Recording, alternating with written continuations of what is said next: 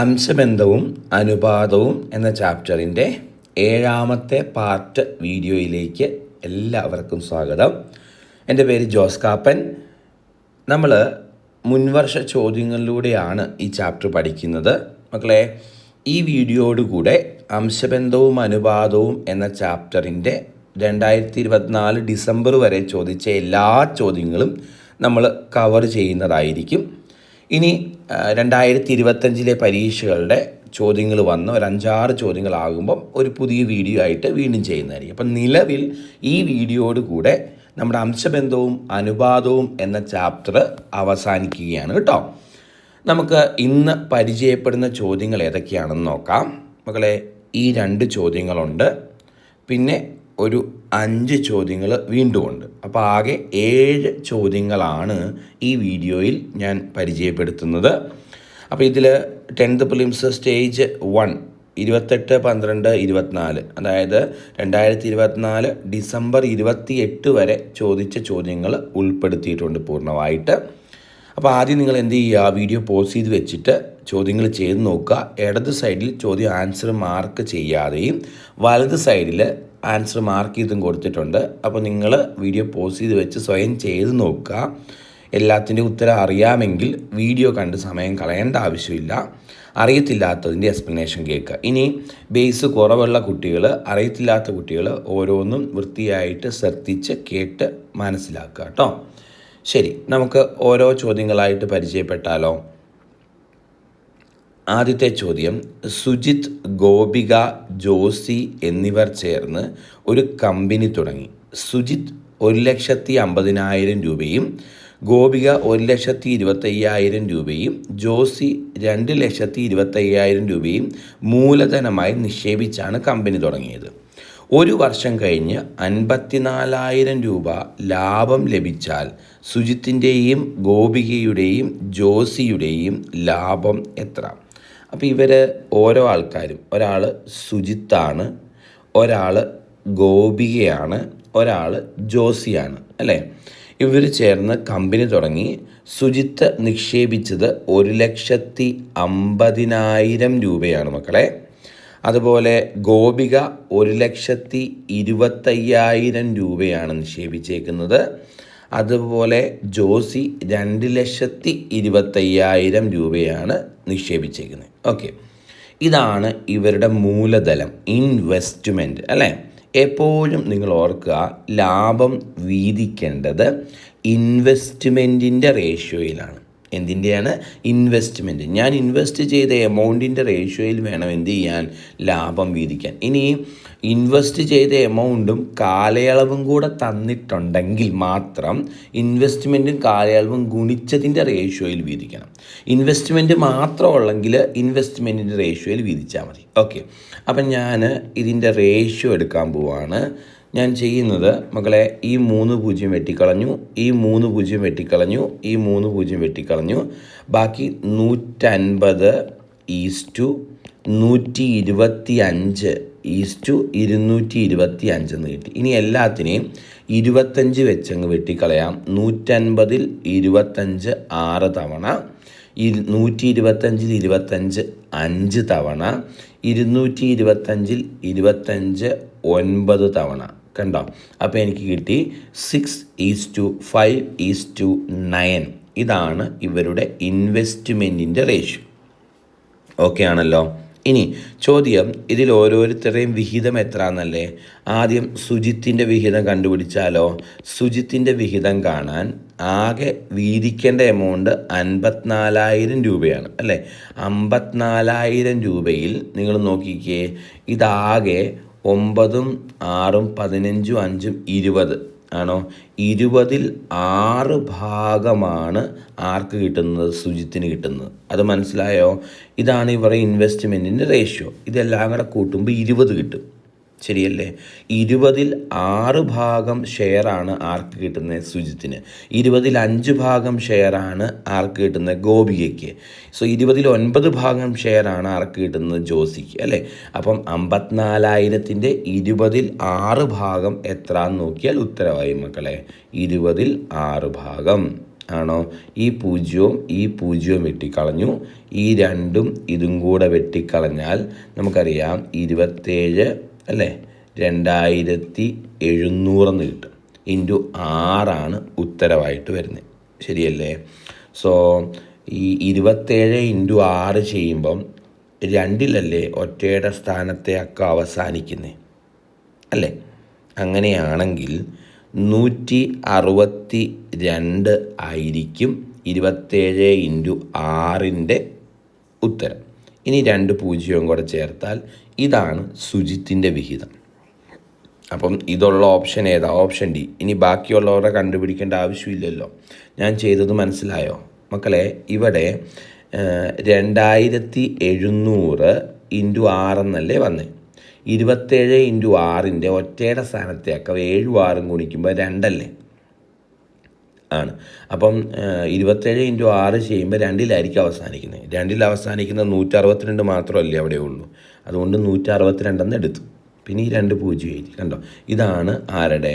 സുജിത്തിൻ്റെ വിഹിതമായിട്ട് കിട്ടുന്നത്. ഇനി അതിൽ തുടങ്ങുന്ന ഒരു ഓപ്ഷനേ ഉള്ളൂ. അപ്പോൾ ബാക്കിയുള്ളത് ചെയ്യണ്ടല്ലോ.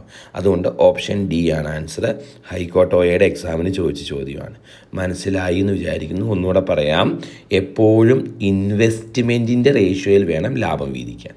ഇനി ഇൻവെസ്റ്റ്മെൻറ്റും കാലയളവും തന്നിട്ടുണ്ടെങ്കിൽ ഇത്ര കാലയളവിലേക്ക് നിക്ഷേപിച്ചു അല്ലെങ്കിൽ ഇത്ര കാലയളവ് അവിടെ മെൻഷൻ ചെയ്തിട്ടുണ്ടെങ്കിൽ ഇൻവെസ്റ്റ്മെൻറ്റും കാലയളവും ഗുണിച്ചതിൻ്റെ റേഷ്യോയിൽ വേണം ലാഭം വീതിച്ചെടുക്കാൻ വേണ്ടി.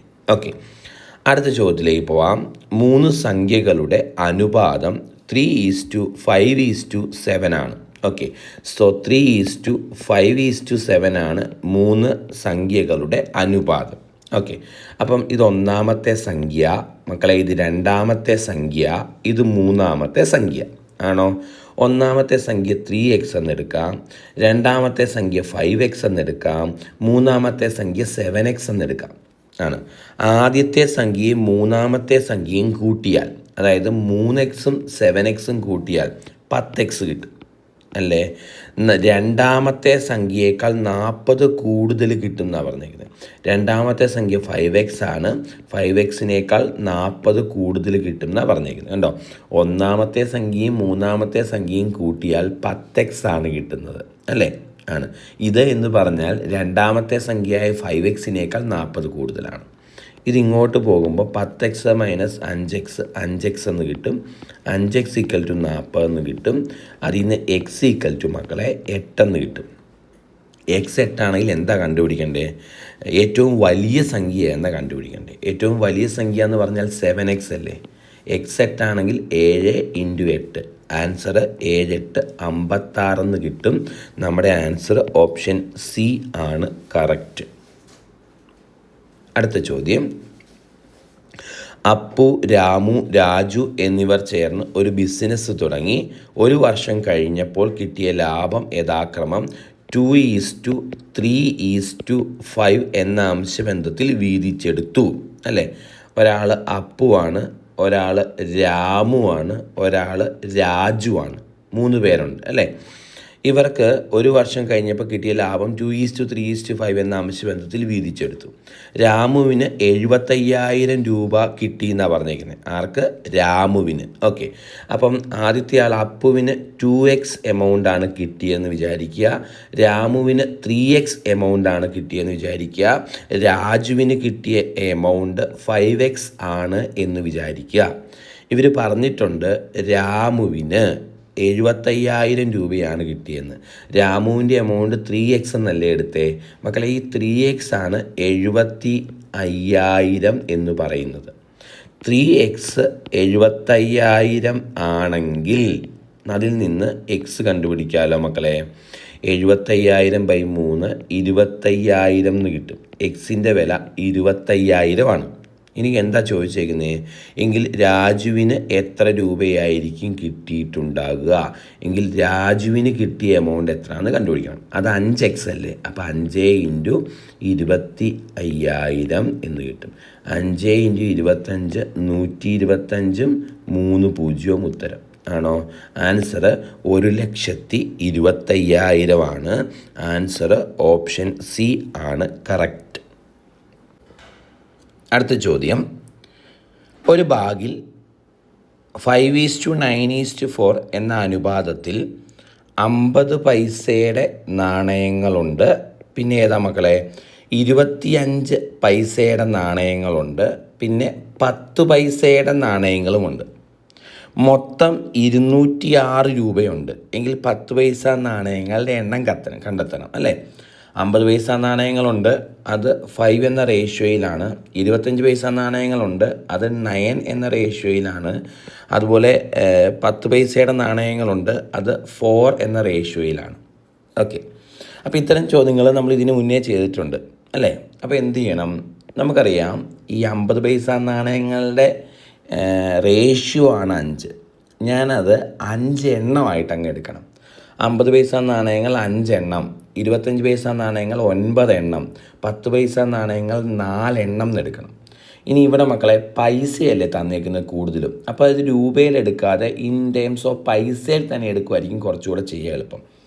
50 പൈസ നാണയങ്ങൾ 5 എണ്ണം ഉണ്ടെങ്കിൽ എത്ര രൂപയുണ്ടെന്ന് സാധാരണ നോക്കാറ്, എത്ര പൈസ ഉണ്ടെന്ന് നോക്കുക. 250 പൈസ. കാരണം ഇതെല്ലാം പൈസ കോയിൻസ് ആയതുകൊണ്ട് ഇങ്ങനെ ചെയ്യുക എളുപ്പം. 25 പൈസ നാണയങ്ങൾ 9 എണ്ണം ഉണ്ടെങ്കിൽ ആകെ 225 പൈസയുണ്ട്. 10 പൈസ നാണയങ്ങൾ 4 എണ്ണമാണെങ്കിൽ ആകെ 40 പൈസയുണ്ട്. ഇതെല്ലാം കൂടെ കൂട്ടുമ്പോൾ എത്ര കിട്ടും മക്കളെ? 250. ഏതൊക്കെയാണ് കൂട്ടണ്ടേ? 250ഉം 225ഉം പിന്നെ ഒരു 40ഉം കൂടെ കൂട്ടുമ്പം 515 കിട്ടും. 515 പൈസ എന്ന് കിട്ടും. ശരിയല്ലേ? അപ്പോൾ എനിക്ക് മനസ്സിലായി 515 പൈസ എന്ന് കിട്ടി. 515 പൈസ എടുത്തതിൽ 10 പൈസ നാണയങ്ങൾ 4 എണ്ണമുണ്ട്. ആണോ? 515 പൈസ എടുത്തതിൽ 10 പൈസ നാണയങ്ങൾ 4 എണ്ണമുണ്ട്. ക്ലിയർ ആണല്ലോ? 515 പൈസ എടുത്തതിൽ 10 പൈസ നാണയങ്ങൾ എത്ര എണ്ണം ഉണ്ട്? 4 എണ്ണം. ഓക്കെ, അങ്ങനെയാണെങ്കിൽ ഇതുപോലെ 206 രൂപയുണ്ട്. അതായത് 2 പൂജ്യവും കൂടെ ചേർക്കും പൈസയായി. 2600 പൈസ എടുക്കുന്നതിൽ 10 പൈസ നാണയങ്ങൾ എത്ര എണ്ണം ഉണ്ടെന്ന് കണ്ടുപിടിക്കും. നമ്മൾ രൂപയിലാണ് ചെയ്തുകൊണ്ടിരുന്നത്, ഇവിടെ പൈസയിലേക്ക് മാറ്റി ചെയ്തു എന്നേ ഉള്ളൂ. വേറെ വ്യത്യാസമൊന്നുമില്ല. കാരണം ഇവിടെ 10 പൈസയുടെ 25 പൈസയുടെ കോയിൻസ് അല്ലേ, അത് രൂപയിലാക്കാൻ പോയാൽ കുറച്ചുകൂടെ പോയിൻ്റ് വരും, കൺഫ്യൂഷൻ വരും. അപ്പോൾ 515 പൈസയിൽ, അതായത് 5:9:4 എന്ന റേഷ്യോയിൽ 515 പൈസ എടുത്തപ്പോൾ അതിൽ 4 എണ്ണമാണ് 10 പൈസ നാണയങ്ങൾ. യെസ്, എങ്കിൽ ഇതേ റേഷ്യോയിൽ 206 രൂപ, അതായത് 2600 പൈസ എടുത്താൽ എത്ര എണ്ണമാണ് 10 പൈസ നാണയങ്ങൾ എന്ന് കണ്ടുപിടിക്കണം. ഓക്കെ, ഇത് എന്ത് ചെയ്യാം? ക്രോസ് മൾട്ടിപ്ലൈ ചെയ്യാം. 206 20 × 4/515 എന്ന് കിട്ടും. ആണോ മക്കളെ? 5 വെച്ചങ്ങ് വെട്ടിക്കളയാമല്ലോ. 5 വെച്ച് ഇതൊരു തവണ 0 3 103 എന്ന് കിട്ടും. ഇത് 5 വെച്ച് വെട്ടുമ്പോൾ 4 1 2 0 എന്ന് കിട്ടും. ഓക്കെ, എനിക്ക് ഈ 103ഉം 412ഉം നേരെ വെട്ടാം. 103 × 4 412, 40 എന്ന് വരും. 40 × 4 160 എന്ന് കിട്ടും. സോ ആൻസർ ഓപ്ഷൻ സി ആണ് കറക്റ്റായിട്ട് വരുന്നത്. നെക്സ്റ്റ് ക്വസ്റ്റ്യൻ, x:y എത്രയാണെന്ന് തന്നിട്ടുണ്ട്. 4:3 ആണ്. y:z എത്രയാണെന്ന് തന്നിട്ടുണ്ട്. 6:5 ആണ്. എന്നിട്ട് ചോദിച്ചേക്കുന്നത് x:z എത്ര എന്നാണ്. എക്സിൻ്റെയും ഇസഡിൻ്റെ റേഷ്യോ കാണാൻ ഇവനെയും കൂടെ ഗുണിച്ചാൽ മതി. സോ 6 4 24 5 × 3 15. നമുക്ക് ഒന്നുകൂടെ ചെറുതാക്കാം. 24:15 3 വെച്ച് ചെറുതാക്കാൻ പറ്റും. പക്ഷേ ഓപ്ഷനിൽ 24:15 എന്ന് തന്നെ കിടപ്പുണ്ട്. അതുകൊണ്ട് ഓപ്ഷൻ ഡി ആണ് കറക്റ്റ് ഉത്തരവായിട്ട് വരുന്നത്. കണ്ടോ, x:y-യും y:z തന്നിട്ട് x:y:z കണ്ടുപിടിക്കാൻ അറിയാമല്ലോ. അതുപോലെ ഇവിടെ x:z മാത്രം കണ്ടുപിടിച്ചാൽ മതി അല്ലേ. അപ്പോൾ ആദ്യത്തെ നേരെ താഴേക്ക് ഗുണിക്കുക, അവസാനത്തെ നേരെ താഴേക്ക് ഗുണിക്കുക. അല്ലേ? ഇനി x/y/z ആയിരുന്നു കണ്ടുപിടിക്കേണ്ടതെങ്കിൽ എങ്ങനെ ചെയ്തേനെ? അങ്ങനെയാണെങ്കിൽ ആദ്യം ഇങ്ങനെ ഗുണിക്കുക, അതായത് 24 പിന്നെ ഇങ്ങനെ ഗുണിക്കുക 18 പിന്നെ ഇങ്ങനെ ഗുണിക്കുക 15 എന്ന് കിട്ടും. x/y/z ആണെങ്കിൽ ഇവിടെ x/z മാത്രം പോരെ, അപ്പം ഇങ്ങനെ ഗുണിച്ചാൽ മതി. യെസ്. അടുത്ത ചോദ്യം 11:132 ഈസ് ഈക്വൽ ടു 22:x ആയാൽ ആ എക്സിൻ്റെ വില കാണണം അല്ലേ? നമ്മൾ പഠിച്ചിട്ടുണ്ട് A/B ഈക്വൽ ടു C/D ആയാൽ AD ഈക്വൽ ടു BC എന്ന് എഴുതി വേണം മുന്നോട്ട് പ്രൊസീഡ് ചെയ്യാൻ. അപ്പോൾ ഇതും ഗുണിച്ച് കിട്ടുന്നതും ഇതും ഗുണിച്ച് കിട്ടുന്നതും തുല്യമാവണം. 11x ഈക്വൽ ടു 132 × 22 എന്ന് കിട്ടി. അതിൽ നിന്ന് x ഈസ് ഈക്വൽ ടു 132 × 22/11 എന്ന് കിട്ടും അല്ലേ? ഇതും വെട്ടിപ്പോയി 2 തവണ. ആൻസർ 264 എന്ന് കിട്ടും. ആൻസർ ഓപ്ഷൻ ഡി ആണ് കറക്റ്റ്. അടുത്ത ചോദ്യം, ഒരു മിശ്രിതത്തിൽ 4 ഭാഗം വെള്ളവും 5 ഭാഗം പാലുമാണ്. അപ്പം 4:5 ആണ് വാട്ടറിൻ്റെയും മിൽക്കിൻ്റെയും റേഷ്യോ. 4 ഭാഗം വെള്ളം എന്ന് പറഞ്ഞാൽ 4 എന്ന റേഷ്യോയിൽ, 5 ഭാഗം പാലെന്ന് പറഞ്ഞാൽ 5 എന്ന റേഷ്യോയിൽ. ഓക്കെ, ഇതിൽ വെള്ളത്തിൻ്റെ അളവ് 80 ml ആണ്. അപ്പം 4 ആണ് 80 ml. അപ്പം 4x ആണ് വാട്ടറിൻ്റെ അളവെന്നും 5x ആണ് മിൽക്കിൻ്റെ അളവെന്നും എടുക്കാം. 4x എന്ന് പറയുന്നതാണ് 80 ml അല്ലേ മക്കളെ? അപ്പോൾ 1x എന്ന് പറഞ്ഞാൽ 20 ml അല്ലേ? ആണ്. എങ്കിൽ പാലിൻ്റെ അളവ് എത്രയാണെന്ന് ചോദിച്ചാൽ 5x എത്രയാണെന്ന് കണ്ടുപിടിക്കണ്ടേ? 5 × 20 ഈക്വൽ ടു 100 ml അല്ലേ മക്കളെ? എന്ത് മിൽക്ക് പാലിൻ്റെ അളവായിട്ട് കിട്ടുന്നത്. സോ ഇതാണ് 2024 ചോദിച്ച അവസാനത്തെ ചോദ്യം. അപ്പം റേഷ്യോ ആൻഡ് പ്രൊപ്പോർഷൻ്റെ 2024 വരെയുള്ള ഫുള്ള് നമ്മൾ കവർ ചെയ്തിട്ടുണ്ട്. അപ്പോൾ ഇതിൻ്റെ അടുത്ത വീഡിയോ ഇനി കുറച്ച് ഒരു 4, 5, 6 ഒരു വീഡിയോ ചെയ്യാൻ പാകത്തിന് ക്വസ്റ്റ്യൻസ് ആയി കഴിയുമ്പോഴത്തേക്കും ചെയ്യുന്നതായിരിക്കും. നിലവിൽ ഈ ചാപ്റ്റർ തീർന്നതായിട്ട് ഇവിടെ പ്രഖ്യാപിച്ചിരിക്കുന്നു. ഓക്കെ മക്കളെ, താങ്ക് യു. നന്നായിട്ട് പഠിക്കുക, ആത്മാർത്ഥമായിട്ട് ഉഷാറായിട്ട് പഠിക്കുക കേട്ടോ.